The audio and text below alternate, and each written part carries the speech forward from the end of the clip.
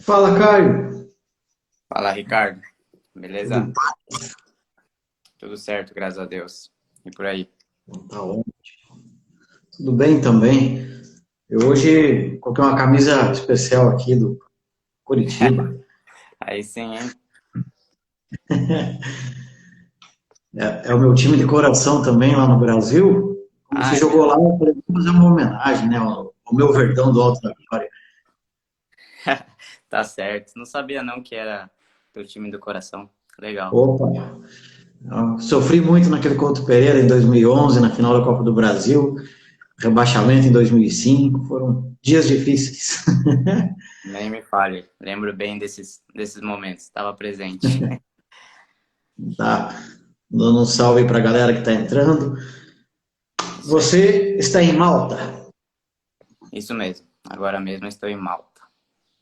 Maravilha. E como está passando a questão da quarentena aí no país? Olha, aqui, graças a Deus, tá bem tranquilo ainda, né? Teve, o máximo que chegou foi a 450 casos, 480 casos, e agora já baixou bastante esse número, foi já para 80, 90 casos, muita gente se recuperou. Então, a quarentena obrigatória não existiu. Simplesmente teve o conselho do governo para ficar em casa, quem pudesse, o máximo possível, e evitar, né, aglomerações.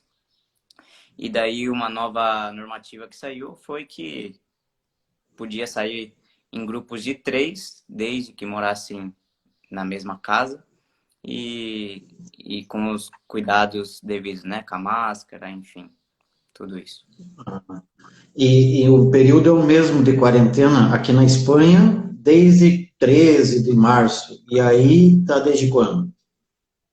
Ah, eu não sei te dizer ao certo desde quando começou aqui, porque como eu te disse, não teve quarentena. Aqui, simplesmente o governo foi aconselhando a ficarem em casa. Então não teve Uhum. uma determinação do dia exato de quarentena. Quando começou o Uma vírus, restrição, não teve é, restrição para. não teve. Tanto é que tem gente indo na praia. Esses dias eu fui na praia achando que ia estar vazio. Cheguei lá, estava cheio de gente. E, claro, e muitas pessoas não respeitando a normativa. E aí acabaram sendo multadas por policiais que acabaram chegando na praia e foram multadas. Então, mas Olha não aí. teve um dia específico de quarentena, entendeu? Eu já conhecia um pouco dos números de Malta, mas fui dar uma pesquisada. Malta é um país que tem 490 mil habitantes. Sim. Mais ou menos, quer dizer, do tamanho da cidade de onde você é natural, Maringá, no Paraná. Pois então. Pois é. E Malta é pequenininha, bem pequena. Tem muita gente. E é uma ilha que tem realmente a população de uma cidade do interior do Brasil, como Maringá, e é menor que Londrina, por exemplo, né? E é muito concentrada a população nas cidades aí, assim, onde você mora, por exemplo?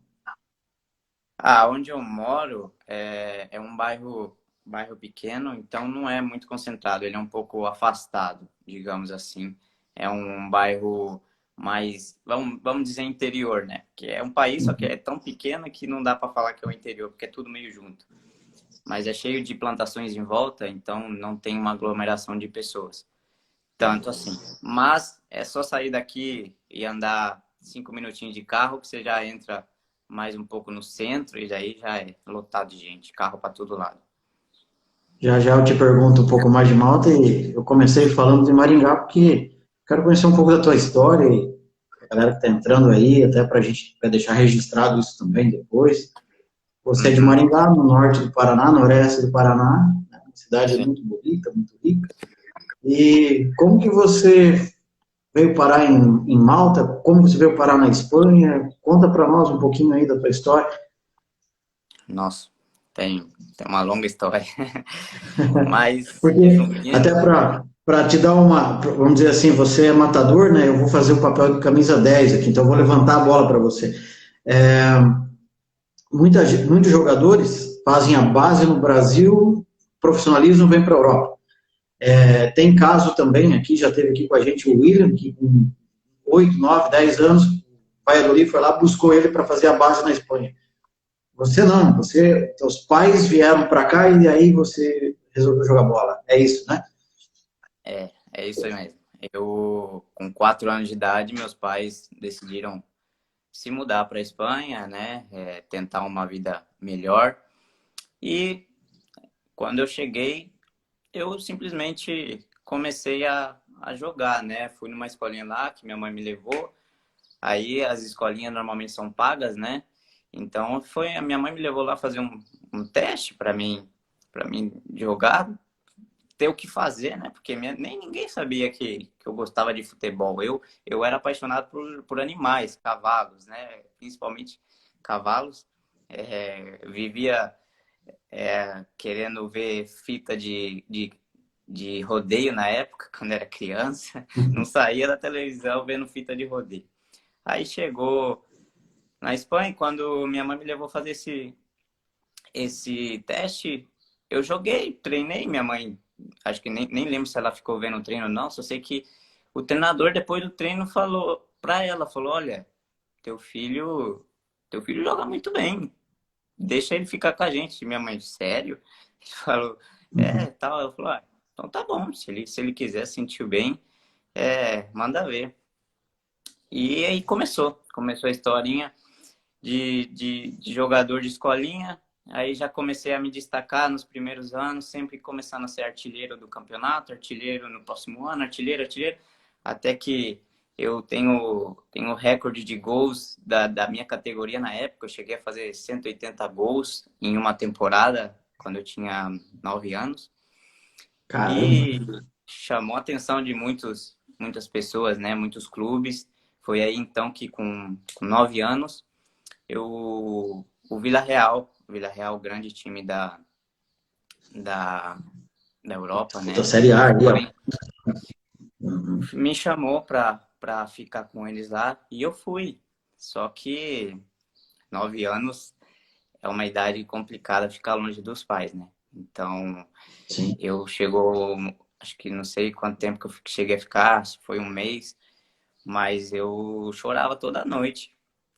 Saudades dos meus pais, e chegou um momento que eu não aguentei, eu falei que queria ir embora. E aí eu voltei para Ibiza, né? Voltei a jogar na escolinha de novo, onde eu estava. E Você aí, ficou por 30 dias lá e você tem alguma recordação da época lá, assim, tipo, desse período que você passou lá? Consegue lembrar alguma coisa? Porque muita coisa a gente esquece, né, de quando é pequeno. sim, na verdade eu tenho grandes recordações. Foi um momento muito, muito especial, porque para mim, na época, e acho que até hoje talvez, foi o melhor time que o Vila-Real teve, né? Talvez assim, em falar individualmente, falando de nomes de jogadores. Um exemplo era o Forlan, Sorin, Riquelme, Marcos Senna, Santi Cazorla, como Você alguns outros que estava agora mesmo. quase quando o profissional tinha toda essa galera aí. Riquelme, Sorin, Forlan, caramba. Todos esses jogadores estavam lá na época. E eu tive a grande oportunidade de participar com eles, porque eu descia do alojamento para ver os treinos do profissional, até que um dia foi o Riquelme, é. O Riquelme veio conversar comigo, perguntar, eu falei que eu era brasileiro, só que eu já falava espanhol, claro, perfeitamente. E ele falou, vem aqui com nós, vem aqui. Eu tava sozinho ali, entra aqui no bobinho. E aí eu fiz um bobinho, junto com Riquelme, Sorin, Forlan, na época o goleiro Pepe Reina, não sei se você sabe também, né? Pepe Reina, grande jogador, Sim, goleiro também da seleção espanhola. sim, sim. Então, foi um momento que marcou muito a minha vida. E para completar essa, essa, essa coisa especial que aconteceu, quando acabou o treino, o Riquelme pegou uma bola e eu tava com uma câmerazinha que eu tinha, e na época era uma câmerazinha que é recarregável, que você comprava, recarregava ela assim, você tirava as fotos, salvava o como é que chama? Na época Que, enfim, você salvava as fotos lá, você fazia a gravação das fotos e jogava fora a câmera, ela já não prestava mais. E aí ele Descartável. tava entrando pro vestiário com a bola e eu tava tirando a foto assim dele entrando. Aí ele olhou para mim e falou: "Quer essa bola para você? Pega aí". E eu tava justo tirando a foto quando ele jogou a bola. E eu tenho essa foto guardada até hoje e fiquei com a bola de presente. Isso aí, Edinho, o carrete de fotos. Ele Carrete. tava carreto, Pô, sei lá como é que tá pô, falando cara, aí. e eu perguntando se você tinha memória de 9 anos. É claro, como é que eu vou esquecer, cara? Pô, que bacana, que história. Pô, que Sim, show. e daí aí no outro dia eu aproveitei e levei a bola lá para assinar pelos jogadores, todos os jogadores assinaram, então Sorin, Forlan, Riquelme, todos eles estão ali marcados naquela bola especial e guardada lá. Tá aí em Maringá a bola, tá guardada. Tá em Muito Maringá. boa, E, tá em e, e Maringá. o tempo que você ficou, você ia para os jogos lá do domingo? Rolava? Podia ir jogar? Podia assistir jogos? Podia. Eu cheguei aí acho que em 3 jogos, só que aí eu já não tenho muita lembrança de que jogos eu fui. Sim, não, Não lembro. também Mas só as. lembro que eu participei, estive no estádio e foi especial, foi maravilhoso. Passou aqui um W Prado Júnior falando: Te amo, meu filho, muito orgulho. Olha aí, hein? É, meu pai e minha mãe, Silvia e Damares, são meus pais e se tudo que eu sou hoje e se eu cheguei até aqui hoje, muito foi por conta deles, que, que aguentar eu passar por certos momentos bem difíceis na minha vida. O apoio da família, a família é tudo, né? E você me contava um pouquinho aí que foi uma saga aí, uma trajetória com bastante luta, né? Aos 9 anos você passou pelo Vídea Real, saudade de casa, voltou para Ibiza, seguiu jogando.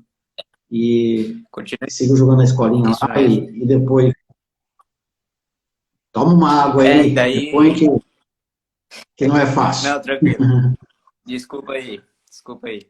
Não, É, continuei jogando na escolinha e comecei continuando fazendo, né, o que eu sempre fiz, jogando bem, me destacando, marcando gols, até que com 12 anos chegou o Vila Real, não, desculpa, o Real Mallorca, maior.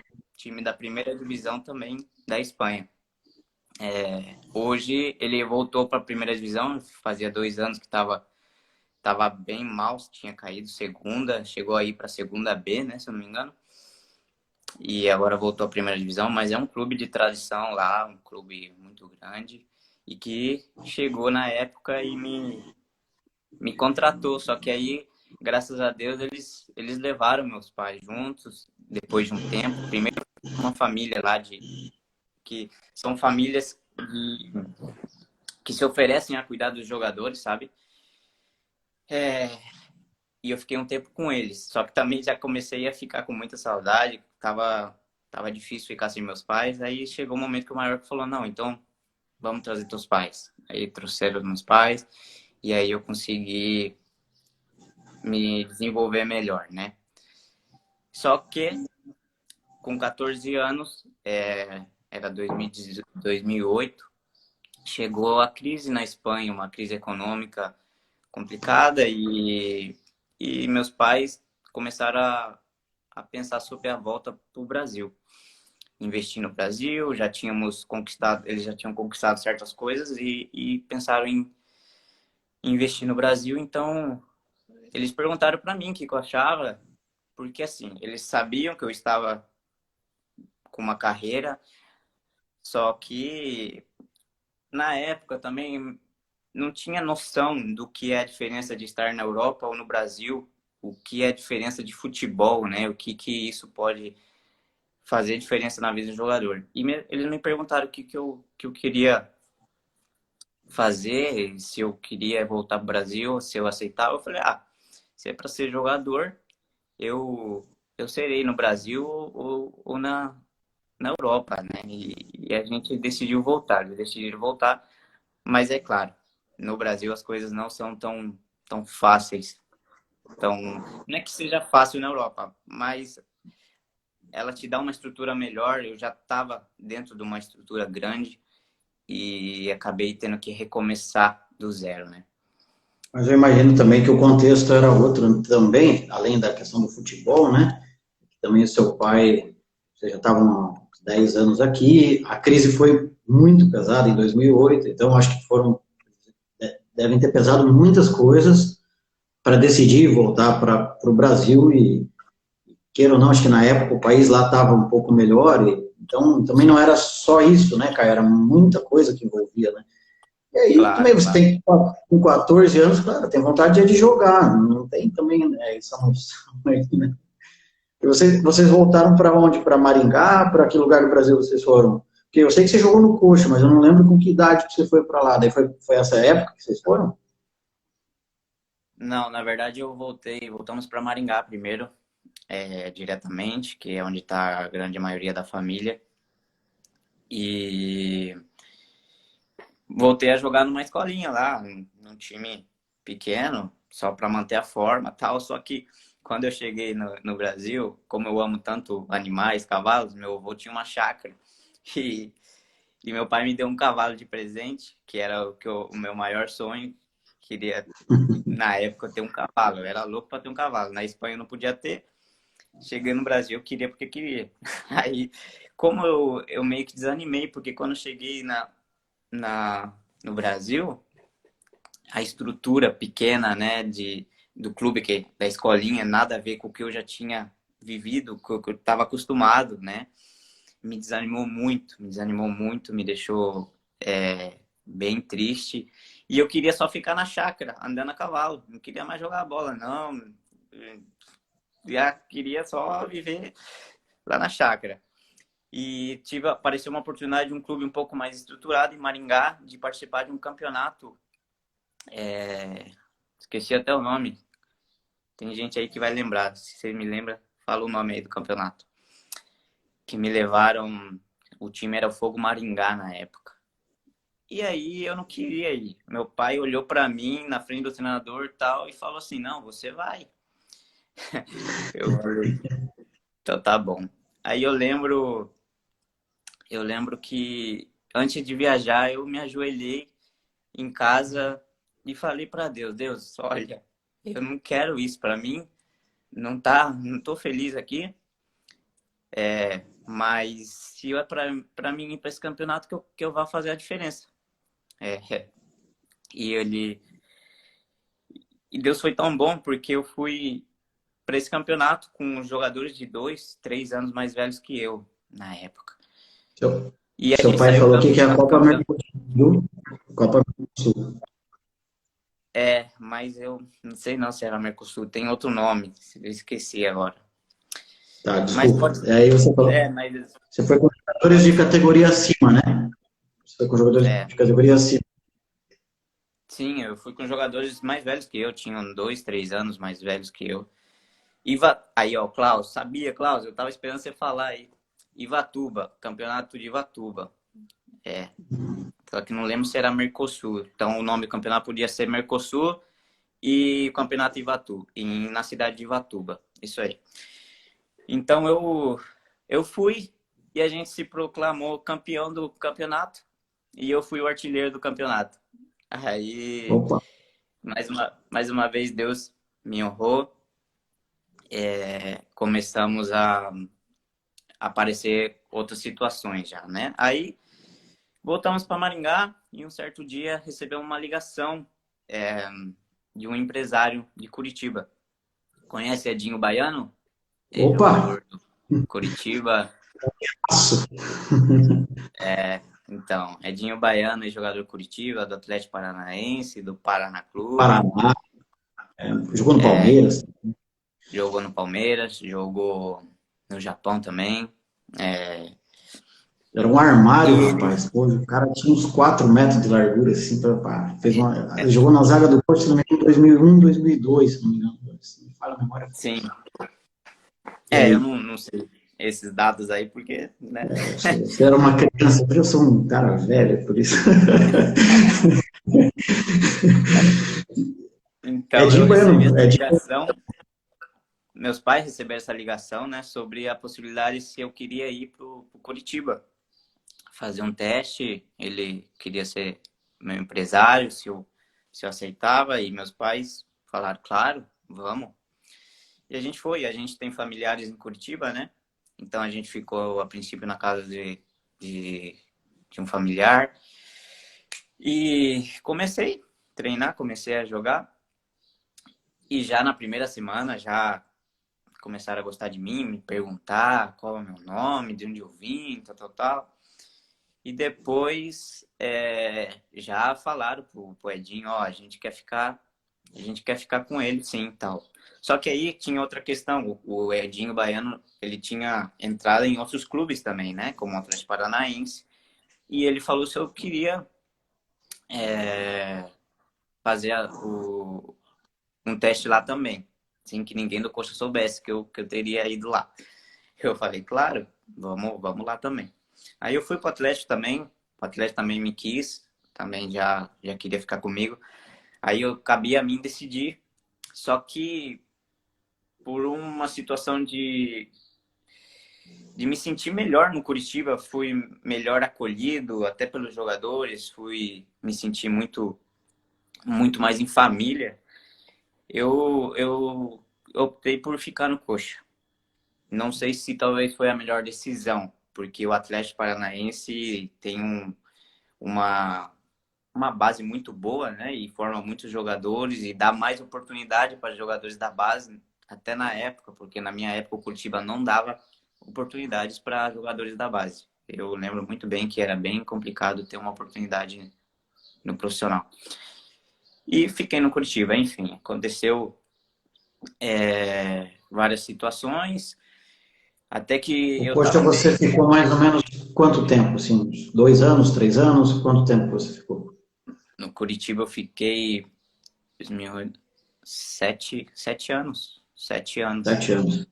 7 anos. O 7. que você viu logo que você chegou no Coxa, que já é um clube profissional, primeira divisão, segunda, enfim, que alterna aí de vez em quando, mata a gente no coração, mas enfim, não é o caso.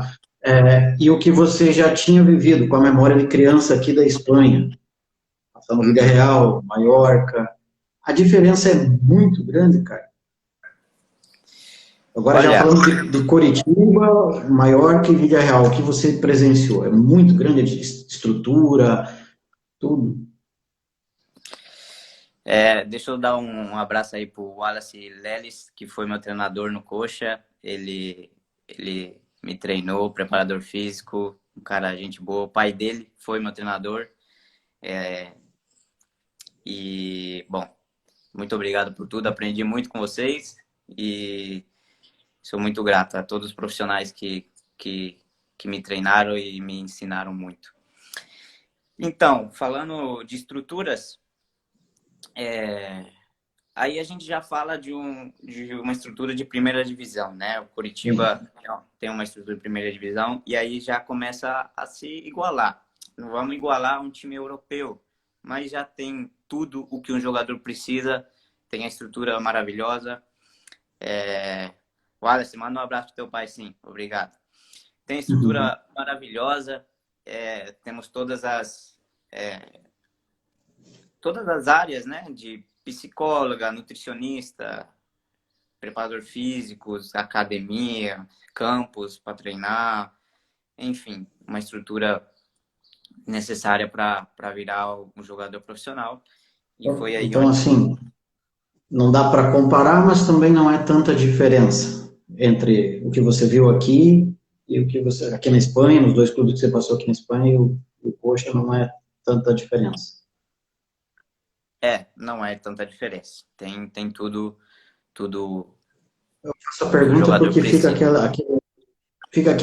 aquele paradigma, aquela questão, né? Nossa, os clubes da Espanha, os clubes da Europa, e a gente sabe que muitos clubes no Brasil têm, sim, muito boa estrutura, obviamente, né? O Coxa é um clube de primeira divisão e tal, mas tem muitos clubes no Brasil, sim, tem boas estruturas, desde preparador, nutricionista, como você disse, então toda a condição para quem está na base também evoluir, né? Talvez não dê o principal, que é o que você disse, né? Na tua época, não te deram condição não deram para o time sub-23, sub-20 jogar mais. Então, talvez isso seja um porém. É, é, depois, é engraçado, né? Às vezes as coisas acontecem, mas aí logo que eu saí do Curitiba, aí o Coxa começou a dar muita oportunidade para os jogadores da base. E foi bem na época que eu saí. Aí eu não tive essa oportunidade. E saí do Curitiba, infelizmente, por, por culpa de empresário. Por culpa de um ex-empresário que eu tive, que estava com o contrato em cima da mesa para renovar. Bom, tem gente aí que está de prova, não sei quem que está me olhando aí, mas tem gente que sabe, até treinadores do Curitiba e preparador físico também, que meu contrato estava em cima da mesa, pronto para ser renovado. O diretor do Sub-23 ficou ligando 3 meses para o meu empresário para renovar meu contrato.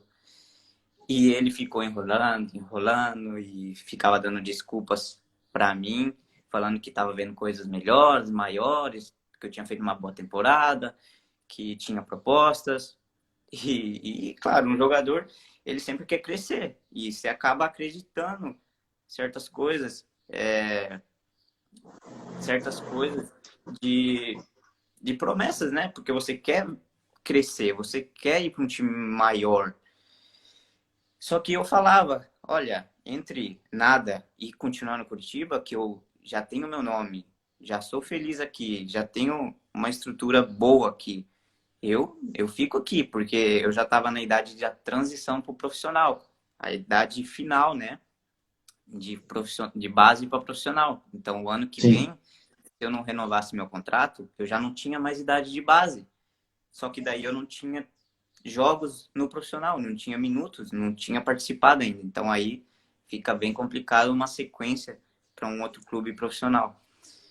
Foi aí que acabou meu contrato e justo final do ano mudou toda a diretoria do Curitiba na época. E aí eu tava de férias na praia já com a minha renovado no próximo ano, que eu ia voltar com um salário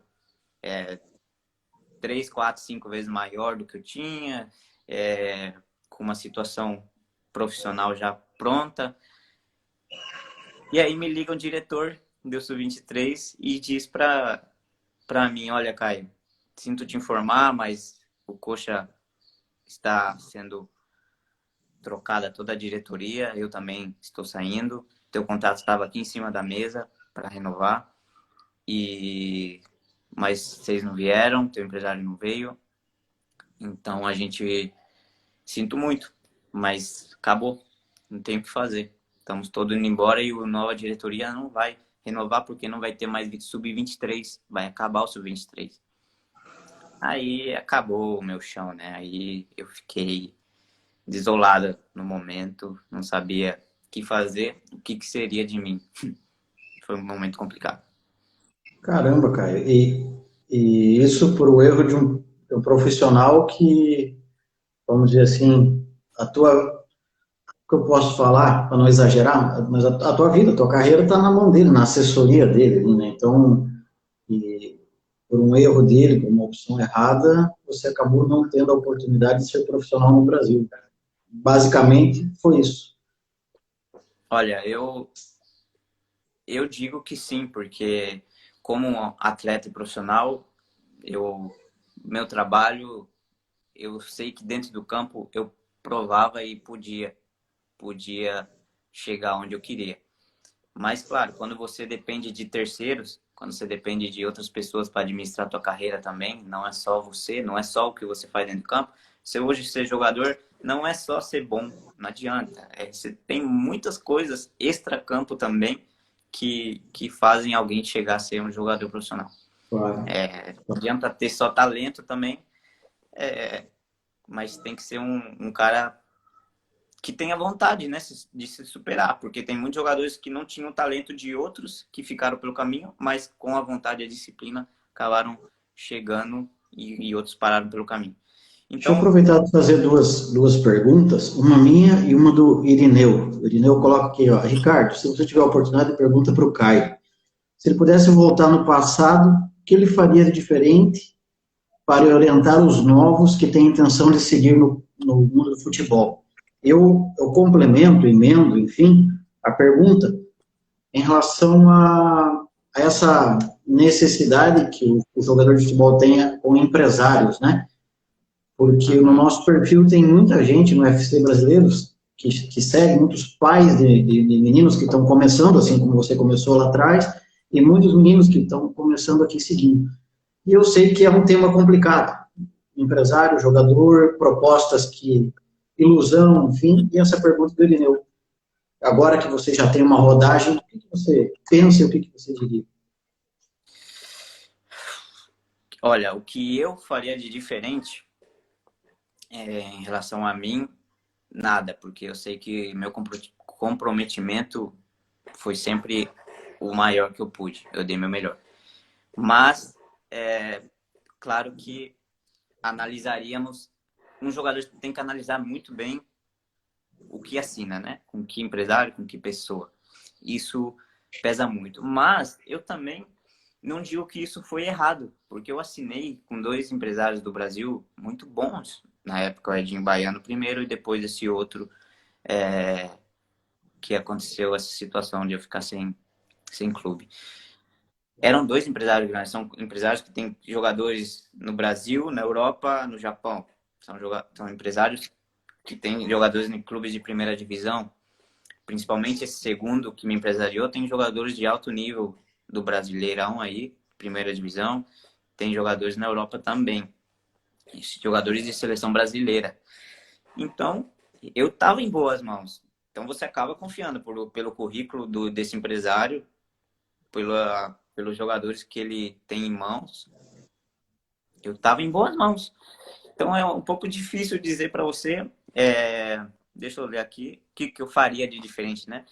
Difícil falar o que eu faria diferente, porque eu sempre fui muito instruído pelos meus pais, né? Na base da, da palavra de Deus. Então, sempre a gente orou, sempre pedimos direcionamento para tomar as decisões e encontrar pessoas que me ajudassem profissionalmente.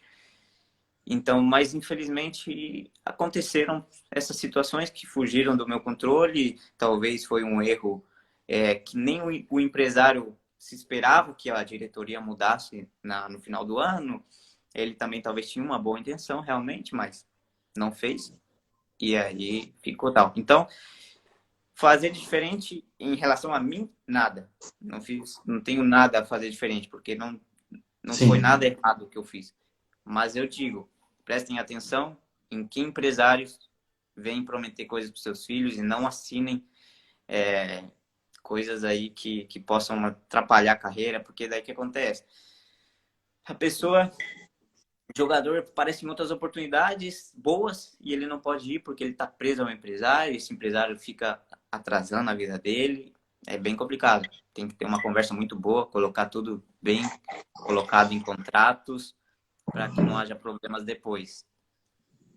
É isso. esse é o grande cuidado, né, que tem que ter.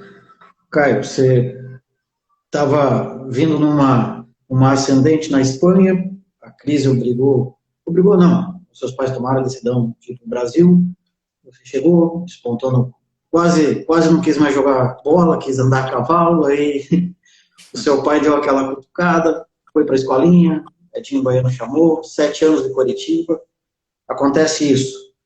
Deu vontade de parar e falar, não quero mais bola?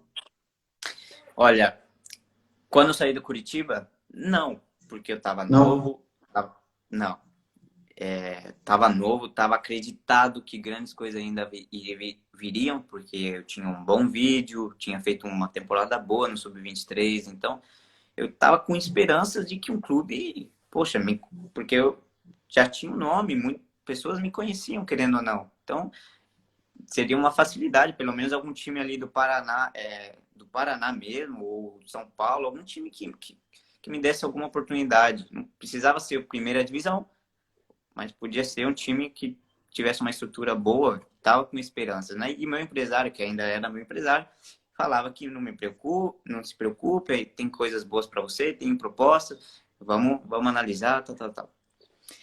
Só que aí aconteceu um porém na minha vida, logo que eu saí do Curitiba. Eu fui para um clube pequeno aí do Paraná,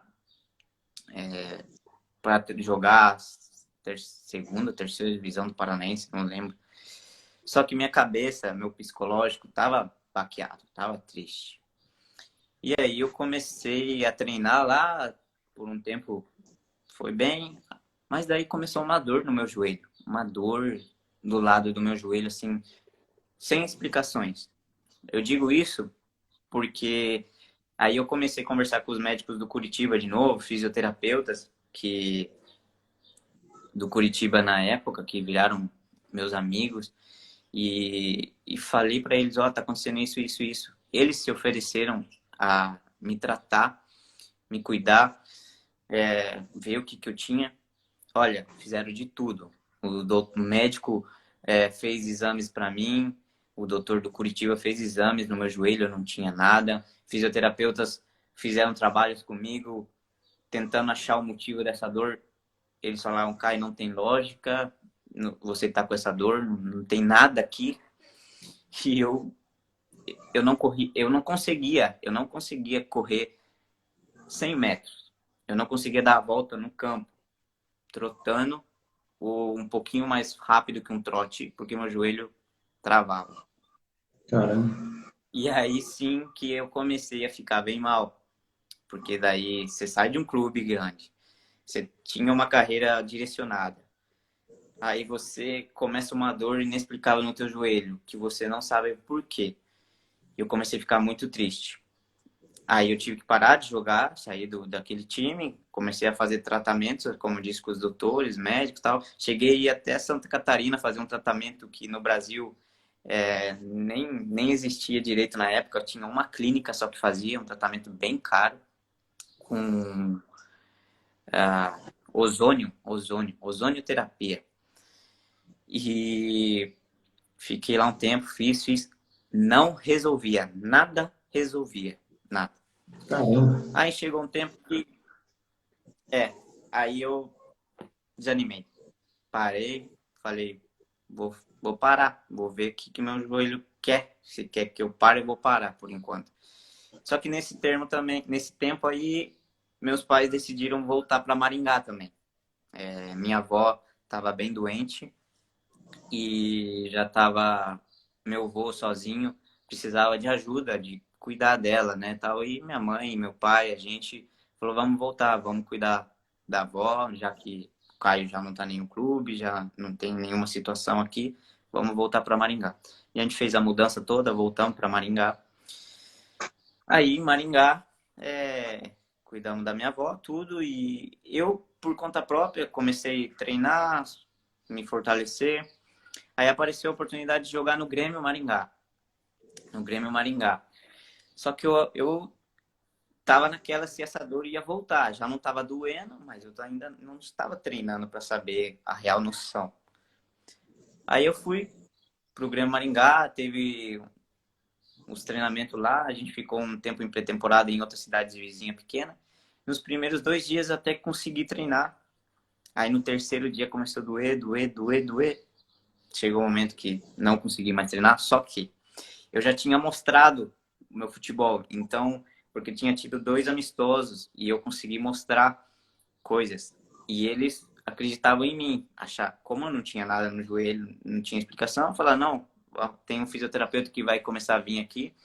É um fisioterapeuta que é fisioterapeuta da seleção brasileira de vôlei na época.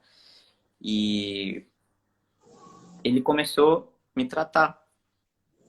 E aí eu fui para a clínica dele diretamente. E ele acabou virando muito meu amigo. Começou a me cuidar, fazer as coisas, tal, tal, tal. Aí eu comecei a me sentir melhor, realmente. Melhorei muito. E aí faltava 3 jogos para acabar o campeonato, se eu não me engano. E aí eu consegui jogar ainda esses 2, 3 jogos que faltavam. não fui titular, mas entrando no segundo tempo pelo menos, fazendo tal. Marquei um gol, mas assim, parou por aí. Só que aí eu sabia que já ter jogado tão pouco, já tá 2 anos parado, ia ser bem complicado aparecer outra situação. Até tinha ligações de empresários que falavam, vou tentar tal, vou tentar levar para coisa. Tive propostas para sair do Brasil. Também era só eu falar que sim, só que eu sou um cara muito correto. Na época meu joelho não estava bom. Eu falei, olha, não estou em condições. Eu não vou para não te queimar e não me queimar. Porque eu sei que se eu for, eu não vou conseguir correr. O que os caras vão falar? Falar, pô, você não traz o jogador, tá machucado, e o próprio jogador, até o meu nome, ia ser queimado. Então, eu preferi ficar em casa. Esse fisioterapeuta que te deu essa mão e te trouxe de volta para o futebol, o nome dele, como é o nome dele? Eduardo, da Fisio... Esqueci o nome da fisioterapia dele aí, de Maringá, mas chama Eduardo. Mas que Eduardo bacana foi. Você acredita que essa dor, o que tudo estava acontecendo, era algo que podia ser, eu vou usar o termo psicológico, enfim, você acha que é algo que pode ser por conta de todos os baques que você levou, já que todos os exames e tratamentos não apontavam nada? Olha, Ou você também não acha nada e, pô, só passou? eu acho que poderia ser uma fraqueza muscular, como chegaram a falar para mim, né? O Eduardo, por exemplo, que me tratou por última vez, ele até falou que eu precisava fortalecer o glúteo médio, tal, tal, tal. Mas eu já vou além. Eu sou um cara cristão e para mim o mundo espiritual é muito forte, existe, poderoso.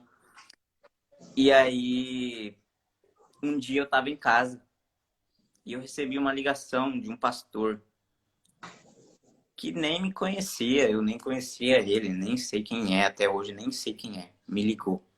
Falou, tava orando aqui por você, tava orando aqui e tal, e Deus me mostrou você.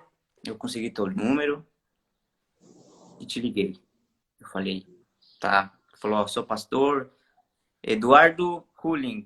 Isso mesmo, Deb, muito bom. Esse cara mesmo foi o fisioterapeuta que me cuidou. E aí ele me ligou e falou assim, olha, Deus me mostra você com uma situação, uma dor que não consegue mais fazer o que você mais gosta, não consegue mais cumprir teus sonhos. E eu fiquei sem palavras, falei, realmente. Ele falou, eu vou orar agora, Deus vai quebrar todo embaraço, vai quebrar toda macumba, toda situação contrária que tinham feito para tua vida, porque Deus já me mostrou isso. Aí eu arrepiei dos pés à cabeça e falei, amém, eu creio. E ele começou a orar, quebrou tal, acabou naquilo, desligou a ligação. Não sei quem é esse cara, até hoje não conheço. Só sei que daquele dia até hoje, realmente eu nunca mais tive essa dor. Ela saiu. Rapaz, de arrepiar, hein? Ela saiu. Ela saiu.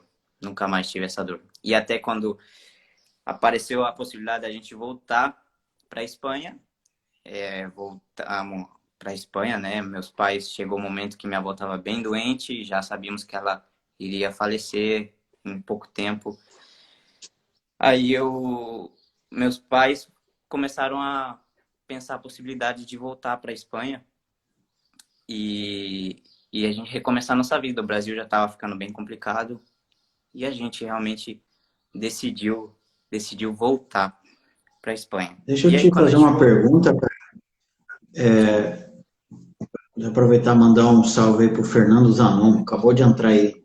Zagueirão, joga aqui perto, aqui na Galícia. Bate mais do que guarda civil aí, manifestação, sabe?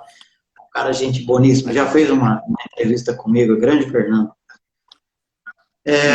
Eu tenho acompanhado, desde que eu te adicionei, né, e a gente está em contato, tenho acompanhado nos seus posts no Instagram, nos seus stories, nos seus status do WhatsApp, que você sempre cita a palavra de Deus, você está em oração, aqui no nosso bate-papo, você já mencionou umas 3 ou 4 vezes o nome de Deus e você já falou que é cristão. Qual a importância? Eu faço essa pergunta sendo muito básica, porque tem gente que também não está aí. Qual a importância de Deus e do lar cristão na tua vida para você estar onde você está hoje? E se isso vem de berço, se você foi ganhando isso na vida, como que é? Como que é ser um servo de Deus aí no mundo da bola? Olha, não é fácil. Se eu falar que é fácil, eu estaria mentindo. Porque o futebol, ele te proporciona muitas coisas, né? Muitas oportunidades, tanto boas como ruins. E não só oportunidades para crescer na vida, como oportunidades para cair na vida. E para mim o cair é o que é difícil porque aparece a possibilidade de você festar, de você se envolver com mulheres, de todas as maneiras possíveis, tem essa facilidade. Não precisa ser um famoso para isso acontecer, entendeu? Não precisa. Simplesmente o futebol te proporciona isso e quando você é novo, na idade que você tem pessoas da tua idade também que te oferecem isso. Meninas, mulheres, meninas, enfim, jogadores também que te Bebida, chamam para noite, noite, bebida, festa, balada, enfim. Só que eu nunca fui, nunca gostei. Minha vida foi toda dedicada desde pequeno a frequentar a igreja, frequentar culto dos jovens, tentar levar o máximo de jogadores e pessoas que eu conhecia até a igreja, né? Minha função sempre, meu pensamento sempre foi esse, onde eu estivesse poder servir a Deus, poder ganhar pessoas para Jesus. Graças a Deus, eu sei que muitas pessoas que eu semeei na vida delas, hoje eu vejo que eram pessoas que na época não viviam Deus, né? E hoje eu vejo postando coisas e vivendo a vida com Deus, posta na igreja, e isso me alegra muito. Fiz minha parte. É isso que eu sempre procurei. Então, é difícil, sim. É difícil um jogador, uma pessoa que tem um mundo que vem fácil na mão dele, ele escolher o que é bom para ele ou não. Às vezes eles acham que não tem problema fazer certas coisas. Aí cada um escolhe. assim, dentro desse tema de ser cristão, dar testemunho, viver a palavra e comparando, porque é um pouco também para levar a realidade, né, da diferença que você viveu no Brasil, nos 7 anos que você ficou no coxa ali, vamos dizer, e aqui na Europa. Você sente que aqui na Europa o tema palavra, falar de Deus, é menos aceito que no Brasil? Tem mais restrição? O que você me diz? Na Europa é bem complicado. Bem complicado. Porque. Tanto na Espanha como em Malta, mesma coisa? Dá igual, Não, como diz aqui? não, já muda um pouco. Vou falar assim, porque no Brasil, por mais que as pessoas gostem de festar, gostem de fazer as coisas para mim erradas, né, ou diante de Deus, elas têm temor a Deus. Todo brasileiro, quase uma minoria que é ateu ou que não acredita, tem outra religião, mas a maioria ele tem temor a Deus, acredita, né? Então fica mais fácil você adentrar nessa conversa, você conversar, você no momento de dor dessa pessoa, você dar uma palavra amiga, um versículo da Bíblia, falar da palavra de Deus e a pessoa se quebrantar nesse momento e dar essa oportunidade. Mas na Espanha, por exemplo, é bem complicado. São pessoas que não acreditam, simplesmente acham a bobagem, que não existe, é uma besteira. Ninguém é praticante lá na Espanha. O espanhol mesmo não é praticante. Tem os velhinhos aí que frequentam a igreja católica, mas a juventude em si, que eu conheça, 99,9% não tem nenhum temor a Deus. E é difícil você, sim, se expressar com eles, conversar sobre esse assunto. Agora, aqui em Malta, já é um pouco diferente. Aqui eles são muito, muito cristãos, são católicos, mas são bem devotos. Pelo que eu vejo, assim, os torcedores que me adicionam no Facebook e tal, eu tenho eu tenho bastantes torcedores que me adicionam e ficam postando bastante sobre a igreja, sobre a fé deles, sobre... Enfim, são católicos, mas eles acreditam, eles têm temor, entendeu? E vejo muitas postagens sobre Deus e Jesus, enfim, eles são devotos, eles têm esse temor. Só que, claro, é um idioma que eu não falo, o outro idioma falado aqui é o inglês, eu ainda me viro com ele, não sei me expressar muito Uhum. bem, então também fica complicado eu me adentrar muito numa conversa com uma pessoa nesse assunto. Então fica mais complicado. O Fernando aí, o zagueirão que é dureza, falou que a juventude mais perdida que ele já viu é da Espanha. Ele jogou na Áustria um tempo Ah, e ele é da base do realmente. Santos, quem sabe? Bate aí o que você está dizendo, seu pai também disse aqui, né, que a juventude da Espanha só quer festa. Deixa eu só fazer uma pausa técnica aqui, ó. A gente Tranquilo. tem 9 minutos até o Instagram derrubar. Por você, se derrubar, a gente continuar depois tranquilo? Tranquilo, sem problemas. Ah, no meio aí da nossa história, eu senti que era de te perguntar isso, né? Ia tocar mais na cronologia, você contar como é que você estava indo a carreira, mas acho que calhou bem essa pergunta, porque vejo sempre você dando testemunho, né? Te fiz essa pergunta, agora entendo que você é um servo de Deus que vive o Evangelho e vive no meio do futebol. Então, queria entender como isso repercute para você, como profissional, como se isso te afasta, às vezes, de um colega, né, no meio da bola, como é que é, enfim. Por isso surgiu de fazer a pergunta agora. A gente parou você contando ali que o seu contrato profissional ia ser assinado por um erro do seu empresário de estratégia, de decisão, de timing, seja o que for, ele acabou não acontecendo, e você comentou que o Brasil começava a ver a época da crise e seus pais tomaram a decisão de voltar para a Espanha, né? E aí eu acho que vem a época que você jogou aqui na Espanha, que tem recorde aí para você falar e tudo mais. Então eu queria que você voltasse com essa época aí, e se vier cair, eu vou controlar aqui no relógio, daí eu te falo, a gente volta para a live, para a gente até chegar na época de Malta e saber como que é esse futebol aí também. E tem mais uma bomba aí, né, para a gente soltar, que teve um evento cancelado aí, né, que, putz, já devia estar no Brasil, muito importante, mas isso a gente conta mais depois. Nem Enfim, me fale. que ano, voltou jogando aonde, como é que foi? Então, a gente voltou daí para Espanha, decidimos voltar Ibiza, né? De novo. Ibiza, porque Sempre a morando gente mal, né?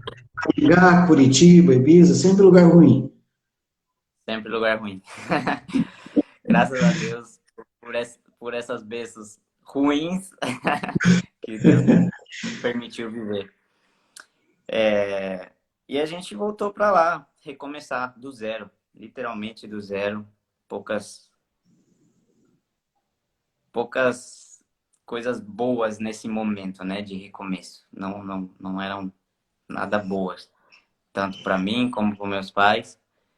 E pouco a pouco, começamos. Aí cheguei na Espanha, minha documentação ainda não estava pronta, não podia jogar por clubes profissionais.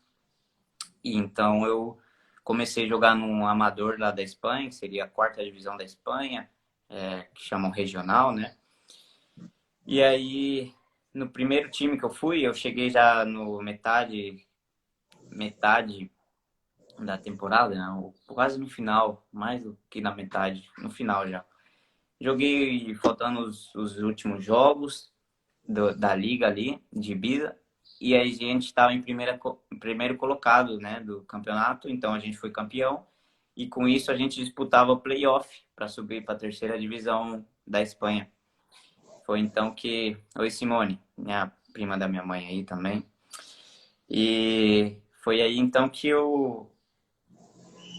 eu comecei a jogar, voltar, como eu já não estava com essa dor no meu joelho, eu consegui fazer de novo tudo que eu fazia. E a gente ganhou os playoffs também, fomos campeão, subimos para a terceira divisão. E aí na terceira divisão, eu ainda não podia jogar a terceira divisão, porque minha documentação ainda não estava pronta e o clube não pôde fazer para mim o contrato para jogar. Então, mais uma vez, eu tive que voltar do zero. Na próxima temporada, começar com o time amador de novo, ali, jogar a liga, o regional, em outro clube aí.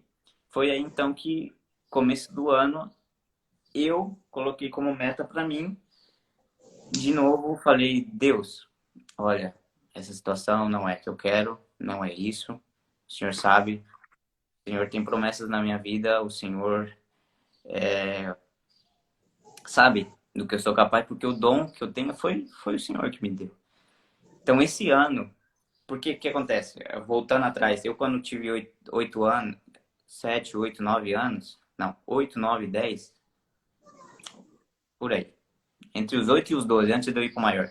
Eu fui melhor jogador das Ilhas Baleares e de Ibiza. Ganhei o prêmio de melhor jogador de Ibiza, só que esse prêmio ele só pode ser dado quando você é criança uma vez, porque por ser criança eles têm que dar para outros jogadores nos próximos anos. Eu só ganhei ele uma vez, era para eu ter ganho 3 vezes seguidas. Eu ganhei ele, o melhor jogador de Ibiza, tá lá, um prêmio que o Diário de Ibiza te dá, tem tal a foto lá guardada, tudo. Aí quando eu voltei para esse campeonato, só que daí já na categoria mais alta, eu falei, Deus, eu quero esse prêmio de novo. Se é para eu estar nesse campeonato, eu vou ser o melhor dele. Eu quero isso para mim. Se eu não for o diferencial aqui, não tem como ser diferencial em outro lugar. Bem complicado isso, né? Foi aí então que eu coloquei na minha cabeça. Eu tenho que fazer por onde. E começamos o campeonato, tal. Resumindo, a gente não foi campeão do campeonato, ficamos em terceiro lugar, se não me engano. Mas eu fiz o recorde de gols também, mais uma vez, na história desse campeonato, já na idade profissional, vamos dizer assim. Na idade, quando era criança, tenho esse recorde e depois da idade profissional, de novo, eu fiz o recorde de gols em uma temporada. São 44 gols em 22 jogos. E aí eu ganhei o prêmio de melhor jogador. A média é de 2 gols por jogo, mãe. Mas teve jogo que eu cheguei a fazer 4, 5 gols. 4, 5 gols. Um jogo acho que eu fiz 5 gols, se eu não me engano. E aí eu ganhei esse prêmio de novo. Ganhei esse prêmio do melhor jogador 12 anos depois, eu acho, de quando eu tinha ganhado o primeiro. Ganhei o primeiro. Eu ganhei o prêmio do melhor jogador de Ibiza. E grava aí, ó, Lorena, minha irmã. Grava aí. Faltam 20 segundos aqui para derrubar. A gente já volta para você contar não só esse final dessa história, a tua ida para Ibiza, perdão, para Malta, e o principal aí tem esse evento cancelado aí que esse coronavírus derrubou você, hein? Eu aqui na história, você fez 44 gols na tua volta para a Espanha, na terceira divisão, média espetacular, 2 por jogo, e chegou a hora de você explodir, mas aí você não tinha documentação para fazer contrato, e aí? Diz para mim se pensou em desistir ou não de novo? Como fica o psicológico nessa hora? Vou mandar um abraço aqui pro Klaus também, um grande amigo aí que sempre esteve perto, passando por isso, ele também já passou grandes coisas. Entrou o Rodimar Garcia. O Rodimar é um curitibano, está em Portugal ainda, vai voltar para Curitiba, ele é um agente de jogadores, uma das pessoas muito corretas que eu ouvi falar aí. E a gente abordou esse tema aqui antes, né, Caio? Então, profissional aí tem que ser sério na área mesmo. Me conta aí, como que fica o psicológico quando você vê a coisa despontar, você passou isso 1, 2, 3 vezes, uma quarta vez, e aí você diz, será que vou deixar para trás, vou largar, vou trabalhar de outra coisa, a idade vai chegando, enfim. Olha, eu, eu não falei ainda isso, mas eu realmente estava numa situação bem complicada, porque eu não só jogava bola aí na Espanha quando eu voltei, eu não só joguei bola, eu não só ia treinar 9 horas da noite todos os dias. Bom, na verdade, o regional é 3 a 4 dias na semana. Silvia, um abraço. Simone, Jairo, um abraço. Só que também, além de jogar, ninguém sabe, ou poucas pessoas sabem. Só as que conviviam mais próximo. E eu até tinha vergonha um pouco de falar. Não vergonha do trabalho, mas vergonha por tudo que eu tinha vivido e por ter que estar passando por essa situação, que era acordar todo dia de manhã e trabalhar com meu pai. Meu pai tem uma empresa de construção, só que como a gente estava recomeçando, o trabalho tinha que ser feito por nós. Não tinha como contratar ainda pessoas, né, para fazer. Sim. E eu eu vesti a camisa, não queria também, queria ter meu dinheiro, né, como eu sempre tive. E eu comecei a trabalhar na obra de pedreiro. Então, era difícil acordar todo dia de manhã cedo e treinar à noite, depois de ter trabalhado 9 horas por dia. Ia treinar cansado, mas sempre com desculpa. Não, não tem que se desculpar nada. Essa é a história real do futebol, cara. É o que eu penso que pouca gente conhece, né? Que a gente vê muito o futebol do 1% na televisão, mas o futebol dos guerreiros, e quem busca aí o sucesso é esse, né? Ele passa por muitos caminhos, né? Algumas quedas, algumas coisas inexplicáveis, enfim. E, Então, e você, é isso mesmo. você recomeçou mais uma vez. É. Eu trabalhei de 9 horas todos os dias e ia treinar à noite. Chegava em casa meia-noite, jantava, minha mãe deixava a janta pronta e eu jantava e ia dormir para no outro dia acordar cedo e ter que trabalhar, pegar bloco, fazer massa e, e meu sonho ficando cada vez mais longe, parecia, sabe? Porque meu documento da Espanha não ficava pronto. Aí acabou o campeonato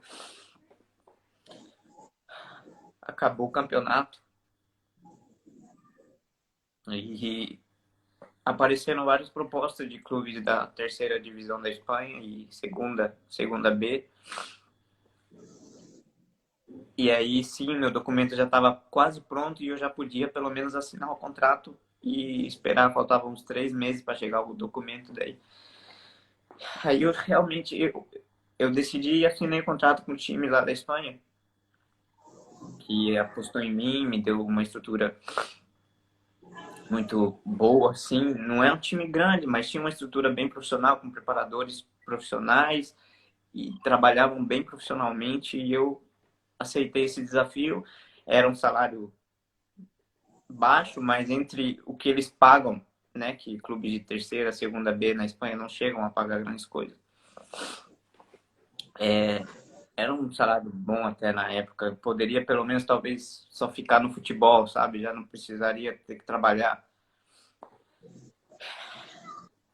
E aí eu fui, aceitei e assinei o contrato. Só que aí do nada, Deus, como sempre na minha vida, trazendo a sua provisão, né? Eu falava, Deus, não é isso que eu quero, não é isso, eu quero voltar profissional. Quero voltar pro futebol profissional. Aí tem ex-jogador, né, na Espanha, que trabalha lá em Ibiza. Ele já jogou em algumas ligas na Grécia, Filipinas, não lembro, em algumas ligas não tão grandes, mas já foi jogador. E ele teve um empresário, né? E ele um dia foi ver um campeonato de verão que estava tendo lá em Ibiza. Bom, na verdade ele seguiu eu o resto do final da temporada, ele viu alguns jogos meus e depois ele foi jogar um campeonato de verão que tem sempre lá e eu participei também. E ele estava em outro time. E aí, nesse campeonato, jogando, todo mundo, o Caio, aí fazia as coisas, as pessoas vinham falar comigo. Aí um dia ele veio falar comigo depois do jogo e falou, cara, você não é pra estar aqui. Você não pode estar aqui. Você tem coisas muito melhores, maiores pro teu futebol. Você pode chegar a coisas muito maiores. Eu conheço um cara que pode te ajudar. Você quer? Eu falei, pra já. Ele falou, ó, tem um cara que pode te levar para países aí, pelo menos para fazer um teste. Eu falei, é tudo o que eu preciso. Minha irmã lembra, ela estava do meu lado aquele dia. É o dia que ele veio falar comigo. E eu falei, é tudo que eu preciso, nem que seja um teste, um time profissional. E ele falou, então tá, eu vou ligar aqui com o cara, ligou pro cara, tal. O cara falou, eu levo ele, eu levo. Só que daí eu tinha um empresário em Ibiza, eu tinha recém assinado com um empresário de Ibiza. Não é um empresário de jogadores, mas é um empresário bem renomado em Ibiza, que tem muitas empresas, é um cara que é muito inteligente, então sabe mexer com essa parte de contratos. E ele falou, Caio, minha maior intenção é cuidar de você, para ninguém te enganar mais. E ele virou meu amigo, então ele tudo antes passa por ele. E financeiramente também, ele é um cara que, se eu precisar, eu sei que ele vai estar ali de alguma forma, como esteve no começo. E aí foi que aconteceu que a gente foi conversar com o meu empresário, ligaram lá, fomos na casa dele, fizeram uma reunião por telefone, falou, ó, tal, levamos o Caio e tal, só que tem que pagar isso, tem que pagar aquilo, tem que fazer isso, tal, tal, tal. Ele falou, eu faço tudo, não tem problema, a gente vai, vamos para Malta. Ele falou, ó, em 3 dias o Caio pode estar em Malta. Ele falou, então tá bom, a gente vai. E foi dito e feito, em 3 dias. No outro dia ele me ligou, ó, arruma as malas aí que amanhã você tá viajando para Malta. E eu falei, vamos lá. E aí meu empresário foi comigo. Era um teste. Era um teste. A princípio seria um teste. Era um teste. Isso que mais uma vez eu tive que me superar. Mais uma vez. Mostrar que eu podia. Não é porque quando você já está no mercado, você entra em outro clube e é fácil, né? Porque você já entra com o contrato feito, você não tem mais nada a provar, se não for bem, você tem tempo para mostrar. Eu não, eu Sim. já cheguei na obrigação de mostrar sem tempo. E Você consegue foi. lembrar do embarque do avião até ir lá e falar, é agora, é a minha chance? Você lembra da sensação, angústia? Enfim, você lembra? Consegue lembrar dessa? Lembro, Disso até tudo, porque eu fui. você, né, até aí tem uma história muito linda, muita batalha, né? E daí também você já estava vislumbrando, pô, a primeira divisão de Malta, já é outro nível, outra coisa. Essa ida de Ibiza até lá, como foi esse tempo? Foi a oportunidade que eu pedi para Deus, né? Então eu estava muito feliz, só que ao mesmo tempo sabendo que é um teste, sabendo que eu teria que provar muitas coisas. E às vezes você pode ser bom num teste, você pode fazer a diferença, mas eles já estarem com o elenco pronto, já terem jogadores na tua posição, que eles estão pagando dinheiro alto e não vão querer pegar você, porque já tem um jogador com um currículo, com uma história, então é difícil. Tem muitos fatores, né? Não é só a bola, né? Muitos fatores, muitos, ixi, muitos. Só que Deus é maravilhoso, como eu sempre digo, e Ele me levou para o lugar certo e na hora certa. Quando eu tinha 24 anos de idade, onde eu já tinha perdido as esperanças de me tornar um jogador profissional, pela idade principalmente, eu já estava bem triste, né? Falava, acabou, eu não tenho mais idade, já fica difícil, porque na Espanha você sabe, até os 23 é mais fácil entrar num clube aí na Espanha, né? Porque eles têm a obrigação de ter jogadores sub-23. Passou 2023. disso, fica difícil. E eu já tinha passado. Porque eu faço justo ainda em janeiro, né? Pra piorar não, mas justo no começo. Então, já Para dar começou uma de um. quebrada aí. Então eu fui como empresário para Malta e ele é um cara que também acreditou em mim porque ele é presidente de um clube aí de Ibiza, de um regional também. E eu jogava contra o time dele. E Fez, o time fez dele gol era um dos dele pra favoritos. É, só que antes disso eu não tinha nada assinado com ele. Então ele me via, mas não tinha nada com ele. Só que ele falava comigo. Fabrício, gracias hermano. Este jugador jugaba conmigo ahí en Ibiza y también ha pasado junto conmigo buenos momentos. Ele jogava ali Saludos, comigo em Fabrício. Ibiza. De Orense, Galícia. É. E o Jairo também jogava lá com nós. Jairo. E então a gente jogava contra. E os dois jogos que a gente teve contra eles, eu acabei com o jogo deles. Num jogo eu fiz um hat-trick, marquei 3 gols, ganhamos, e eles eram um dos favoritos para ganhar a liga também, então tava nós ali e eles. E no segundo jogo eu fiz 2 gols. Um deles foi de meio campo, praticamente. Foi bem bonito, na casa deles. Eu tenho os vídeos guardados aí. Então foi um momento bem bacana. E aí depois que acabou o campeonato, eu assinei com ele e tudo. E aí a gente na viagem, ele falando comigo, me motivando também, falou, cara, você é diferente, acredita em você, vai lá, faz o que você sabe. Ninguém tem as tuas características, eu te garanto. E então me ajudou muito, né, para chegar aqui também, não sozinho, porque eu não falava inglês direito, não entendia. Entendia o básico, mas e ele fala Sim. inglês tudo, então ele conseguiu me adaptar aqui e tal, me deixar. E aí eu comecei a treinar. Comecei a ir. Em 4 dias, acho, o pessoal já falou que queria ficar comigo. Daí falaram que vamos assinar o contrato, então. Demoraram uns 20 dias para preparar meu contrato e eu naquela angústia. Poxa, falaram que sim, mas até agora nada de contrato. Eu treinando, treinando. A gente tava fazendo uns amistosos, né, da pré-temporada. Eu no começo, banco, nem entrava faltando 10, 15 minutos, tinha pouco tempo para mostrar, ou às vezes entrava no segundo tempo. Até que fui ganhando meu espaço, fui ganhando. Chegou o último amistoso da temporada, se não me engano, o treinador me colocou titular já no amistoso. Eu falei, oh, agora é minha chance também, né? Vamos lá. E fui. Joguei bem, treinei bem. Não, na pré-temporada é bem complicado, tá todo mundo fora de forma. Chega a ser feio ver a bola e jogar todo mundo junto, chega a ser feio, mas enfim.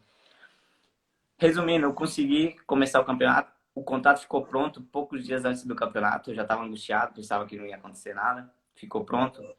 Eu vim com o contrato, digamos assim, o menor contrato do time, porque eu vim de teste, então ninguém apostava em mim. Eles me deram, ó, vamos fazer, mas vai ser isso, isso, aquilo. Eu falei, agora mesmo o dinheiro não é o que eu preciso, o que eu preciso é a oportunidade. O dinheiro virá, já virá.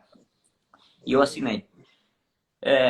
Comecei o campeonato titular, até hoje, né? Até antes da parada do coronavírus, fui titular todos os jogos. Olha só.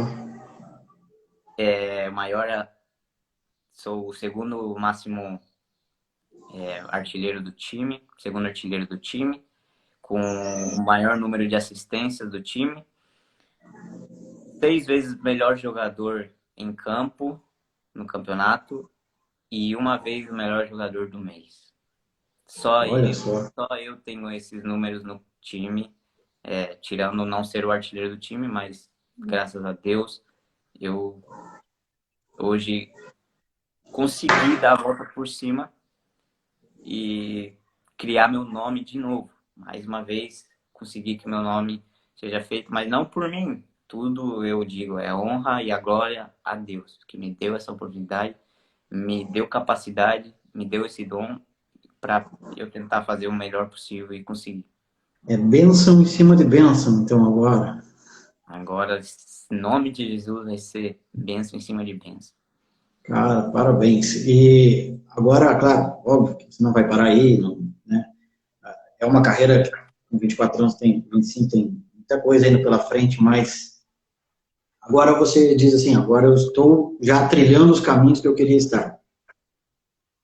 É, hoje eu posso dizer que eu voltei aos trilhos, né? Voltei aos Do trilhos futebol, né? do Tá, o caminho de futebol. Deus você sempre teve. A gente falou que, ó, Alex Barreto, que está aí, é lá de Maringá. O filho dele joga, o Vitor Hugo joga na Fiorentina. Ele é de Maringá também. Eles moram aqui na Espanha. Não sei Ah, se é São legal. Paulo. Eu não me lembro agora, o Alex pode mandar.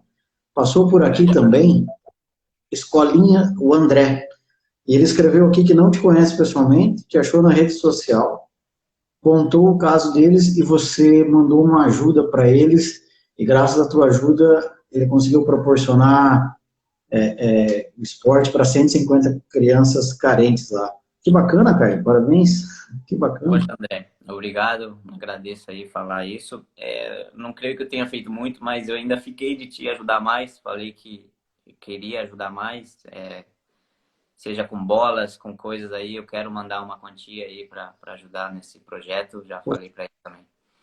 Fico feliz Parabéns. de poder contribuir de alguma maneira, mesmo que seja pouco ainda. Que Deixa eu bacana.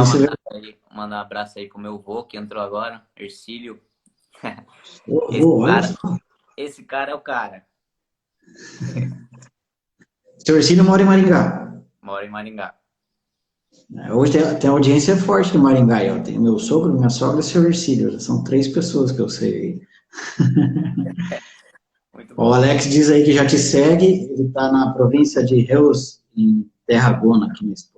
Beleza, Também depois eu estão aceito aqui. os pessoal. Maravilha.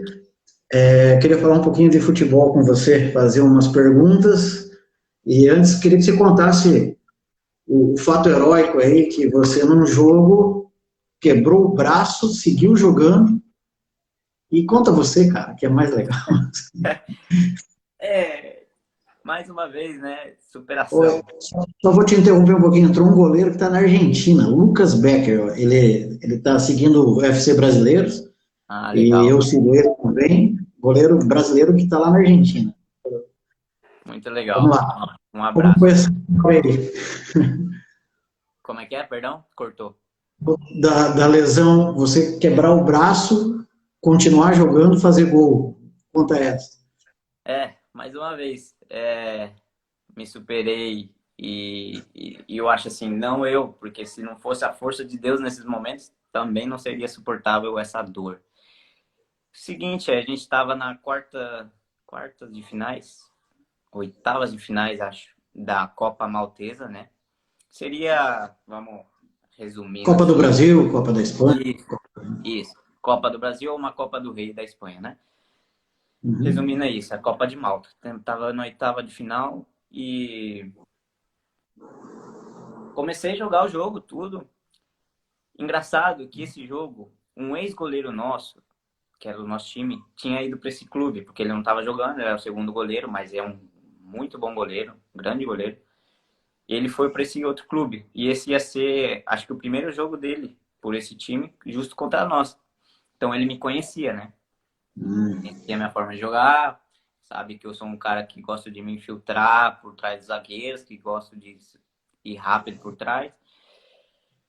E aí, num lance, teve uns 2 lances antes desse lance, bem parecidos, mas eu consegui sair. Ele vinha para me machucar, eu via que ele vinha para me machucar, para tirar a bola junto e me tirar junto, porque Te tirar do jogo. tirar do jogo. Aí teve um outro lance que eu recebi uma bola alta, quase do meio campo, assim, alta, e eu fui por trás da defesa. E claro, a bola estava alta. Eu estava olhando para cima, eu tinha dado uma olhada para baixo e na minha percepção eu alcançava a bola antes do goleiro chegar. E quando eu dominei a bola, eu senti a pancada. Foi uma pancada de joelho, ele saiu com o joelho por cima. Só que, graças a Deus, a hora que eu vi a sombra dele, eu coloquei meu braço. E caí meio que desmaiado no chão. Uma pancada, a minha mandíbula, muita dor. Tava com medo até de ter quebrado a mandíbula. Uma grande Caramba. dor no meu braço. E em todo o corpo, assim, aqui no peito, né? Porque a pancada foi forte. E faltava 2 minutos para acabar o primeiro tempo. E aí acabou. Enquanto eu tava lá fora, estavam me atendendo, acabou o primeiro tempo, a gente foi pro vestiário, o fisioterapeuta me levou lá e perguntou, e aí, você vai continuar? Como que você tá? Eu falei, eu tô com muita dor. Daí ele mexeu no meu braço. Depois eu vejo. Ele tava com muita dor, e o fisioterapeuta mexeu, falou, olha, parece que não está quebrado, tá? Só se tiver, tá trincado, mas se tivesse quebrado, você não aguentaria de dor. Você não aguentaria. E eu falei assim, eu vou continuar. Eu olhei pro céu e falei, Deus, me dê força, me ajuda. A dor tá grande, tá muito grande. Ninguém imagina que tá a dor aqui. E eu mexia meu braço assim, e eu sentia fazendo assim, clac, clac. E aí, eu falei, sei não, hein, esse osso aí tá com cara ruim. Fui pro jogo, aí começou o jogo, quando eu comecei a correr, meu braço, o movimento de corrida, o osso fazia assim, ó, clac, clac, clac, clac. Eu sentia ele dentro. Caramba!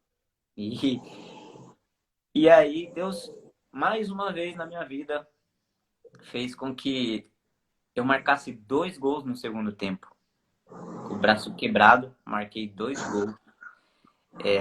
Consegui jogar o segundo tempo inteiro.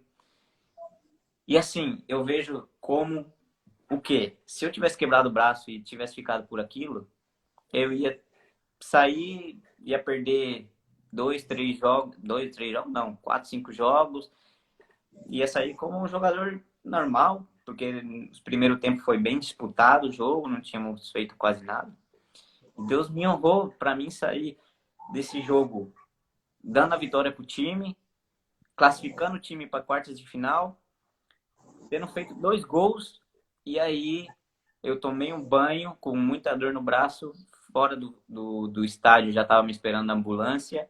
Falaram assim, você quer ir vamos pro hospital? Falei, vamos. E a gente foi pro hospital, chegou lá, fizeram raio-x. E meu braço estava quebrado. O osso aqui, Caraca, pequeno, estava quebrado. Eu vou mostrar, não sei se vocês vão conseguir ver, a cicatriz. dá pra ver assim. Caramba. Até corta a tatuagem. Imagina a dor, cara. Esse osso aqui Imagina. pequeno, ele quebrou totalmente. Ele tava assim. Chegou a dar uma provocadinha no porteiro, no goleiro ou não? Não, eu não consegui nem falar com. Na verdade, acabou o jogo, ele veio falar comigo, me pedir desculpa. Ah, desculpa, mas aquela, né? Desculpa. Tá feito. E eu sabia a intenção dele. E depois do jogo, depois da. Porque daí de manhãzinha eu fui operado. Tiveram que me operar pra cicatrizar mais rápido, né? E ser mais rápida a recuperação. Então, fui direto pra faca. E ele não me mandou nenhuma mensagem, nada. Até Ficou por isso. os profissionais do meu time, né, o treinador, o preparador, perguntaram se ele tinha me mandado alguma coisa, porque ele tinha pedido meu número, mas ele não me mandou nada. E eu operei o braço, e aí era para eu voltar de 4 a 5 semanas a treinar. 4 semanas para voltar a treinar. Uhum. Eu fiquei de fora 2 jogos. No terceiro jogo, tínhamos contra o Valeta, que é um dos principais times aqui maiores também, junto com o nosso. E era um clássico do país, digamos assim, Birkirkara e Valeta. E aí eu tava com aquilo, né? Eu quero jogar esse jogo de novo. Eu, no primeiro jogo contra eles, tinha sido escolhido o melhor do jogo, tinha feito um golaço, meu primeiro gol, e tinha sofrido um pênalti. Fui escolhido o melhor jogador em campo também. E nesse segundo jogo eu queria estar porque eu queria estar, porque eles estavam em primeiro lugar na colocação, se eu não me engano, ou segundo. Ia ser um clássico bem bonito, cheio de gente e tal. Aí a diretoria falou para mim que queria que eu jogasse. Só que o médico não tinha dado essa liberação ainda. Eu falei assim, eu orei e falei, Deus, eu quero jogar. Vou jogar. Eu vou aceitar esse desafio. Vou vendar bem esse braço. Vamos fazer uma bandagem boa aqui. Vamos encher de coisa. E eu vou lá. E Deus me proteja. Não deixa que ninguém bata nesse braço de novo. Que eu caia de jeito que possa piorar a situação. Por se eu quebrasse de novo, aí a coisa ia ser feia. Ah, porque assim, eu operei e colocaram uma placa, tá? Tem uma placa de ferro aqui para segurar o osso. Então, na época, não estava cicatrizado ainda, 2 semanas. 3 semanas apenas. Não, 2 semanas. Eu fui pro jogo. Resumindo, o meu time fazia 7 anos, acho que não ganhava desse time, do Valeta. 7 anos. O primeiro jogo nosso tinha dado empate, 2-2. Mas fazia 7 anos que não ganhava. A gente ganhou o jogo de 4-1 de virada. Começamos perdendo 1-0. Ganhamos de 4-1. Eu não fiz gol, mas joguei bem, dei assistência, assim, ajudei o time em um conjunto, né? E até eu tava com o braço quebrado, tudo. Pô, show de bola. braço quebrado, eu tava Quer com dizer, medo, né? Eu tava bem receoso, eu não ia pro choque, eu evitava, então eu já não tava conseguindo ser aquele cara que entra no meio da pancada. Eu evitava o máximo possível. E ganhamos, e foi assim, mais uma história que eu saí pô, por já, cima. já O tem bastante braço, história para contar, hein, cara? nossa, eu acho que dá para escrever um livrinho aí, talvez. O Kai, futebol de Malta, dá para comparar com o espanhol, com o brasileiro? É mais rápido, é mais toque, é balão pro alto e seja o que Deus quiser? Como que é? Ah, vamos ser sinceros, assim, o nível aqui não dá para se comparar com o nível de primeira divisão da Espanha, primeira do Brasil. É o nível abaixo, é abaixo. Mas assim, o futebol Mas de Malta tem crescido acha um muito. comparativo para eu ter ideia, quem vê a gente aí também, assim, que é uma segunda divisão de Brasil, que é mais pancada, mais... Você jogou aqui na Espanha na terceira e quarta também, você sabe? Eu diria pode ser uma série C do Brasil e da Espanha uma segunda B, terceira também, porque o nível de segunda B da Espanha é muito alto, né? Muito bom. Muito alto. E tem times da terceira da Espanha também com um nível muito alto e bom, jogadores muito bons. Só que o futebol maltês ele tem evoluído muito, ele cresceu e ele tem trazido muitos estrangeiros, muitos. Então ele se tornou, principalmente esse ano, que eu tô jogando, os outros anos não sei, não estive aqui, mas já falaram que ele era mais fraco ainda. Mas esse ano tá bem bom o nível, tirando 2, 3 clubes aí que estão abaixo do nível, o resto tem um nível bom, tem um nível alto, porque tem muito estrangeiro, muito colombiano, argentino, brasileiro, africano, Italiano, né? italiano, tem muito. Então, faz com que o jogo seja intenso. Tem pancadaria também, porque tem argentino, colombiano, a coisa não é fácil. E é intenso, é intenso. São bons jogos, não tem como falar que não. Só que ainda o futebol maltês não é visto com bons olhos, né? Como uma liga tão de expressão, obviamente. Ainda tem muito a melhorar. Ah, Mas e eu precisava voltar. vamos evoluir. É um país pequeno, um país que nunca teve tradição, né, que está agora abrindo portas para profissionais, né? Ontem eu coloquei, são 40, 45 brasileiros que jogam aí, então, obviamente, já tem brasileiro que eu sei que está há muito tempo aí, você mesmo disse ontem, tem brasileiro que está há quase 10 anos aí, com o tempo isso vai, a liga evolui, 2, 3, 4 times acabam superando, né? Você do futebol, assim, você curte esse jogo, é fã, ou você gosta mesmo, eu gosto de jogar e assistir mesmo. Eu sou mais de jogar, não sou muito de assistir, não. Não sou muito de Aham. acompanhar. O único que eu gosto de acompanhar é o Barcelona quando joga, que eu gosto de assistir os jogos. Mas de resto, não sou um cara Hum. que me pego assistindo o jogo o dia inteiro. Não, eu prefiro assistir coisas de animais. Documentário. Continua a paixão ainda por animais e cavalo. Continua, isso aí não perco, não. E do futebol que você assistiu e ficou enquanto você era moleque, aí, garoto e tal, quem que é o teu, eu vou usar a expressão ídolo, quem que é o cara que você admira, assim, no futebol, que você fã? Olha, quando eu era criança, não tem como. O meu pai aí, ó. Meu pai. Falou que culpa dele. E ele que gosta muito de animais também, foi criado numa fazenda e me ensinou muita coisa.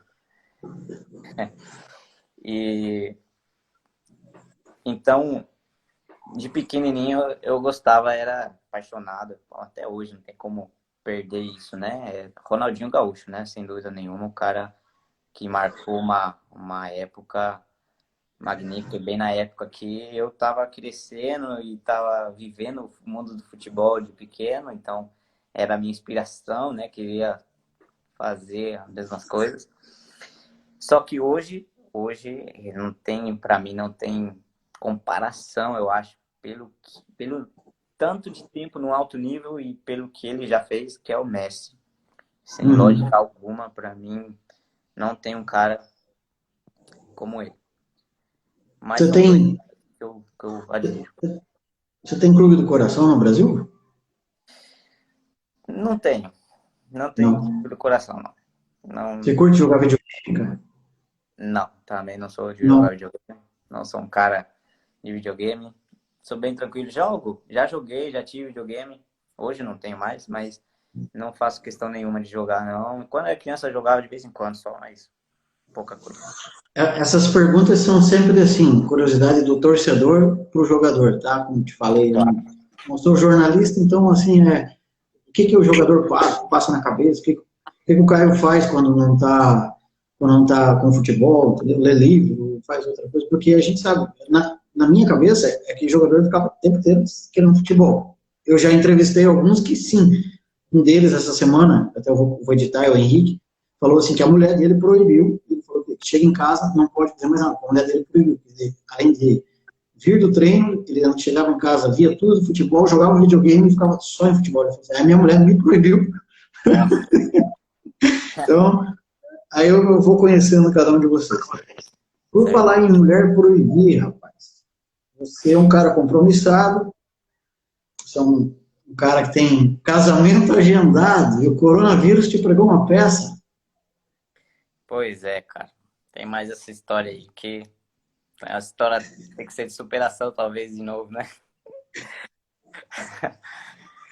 Tava marcado já, as coisas já programadas, e aí ficou pelo caminho. O campeonato aqui parou, né? Não sabemos quando vai voltar, não dá para viajar. Tem um monte de situações aí que não vai ser possível ser feitas. Triste, né? Porque planeja, faz, tal, se prepara e foge do controle e é triste. Noiva lá no Brasil, você aí, já tinha data, tudo certinho? Já tinha data, tudo certinho, 6 de junho. E ela lá no Brasil, aqui, difícil, mas estamos aí. Aí, ó, os pais estão dizendo que vai dar certo, tudo na hora, tem que ter calma. E não deve ser fácil, né? Nesse momento aí, ansiedade, um pouco né? Pô, querer ver a noiva, e aí tá fechado, né? Não pode sair, não pode entrar ninguém. Sim, tá bem complicado, tá bem. Não pode jogar, que é outra coisa que poderia passar o tempo, não tem. Então, essa é a parte que acaba afetando a saúde emocional, né? Porque o nosso, a minha cabeça já tá abalada, tá difícil. Já é difícil ficar longe de todos, sozinho. Aí, quando o futebol você treina todos os dias, você se distrai, você sabe que você tem um compromisso, você tem que ir, tem que fazer acontecer.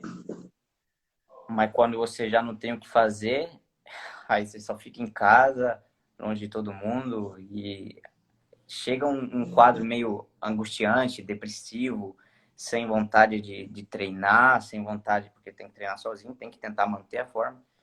E não é fácil, porque talvez tem gente que até não entenda quando você está de mal, quando você está triste e tem que aguentar as coisas sozinha.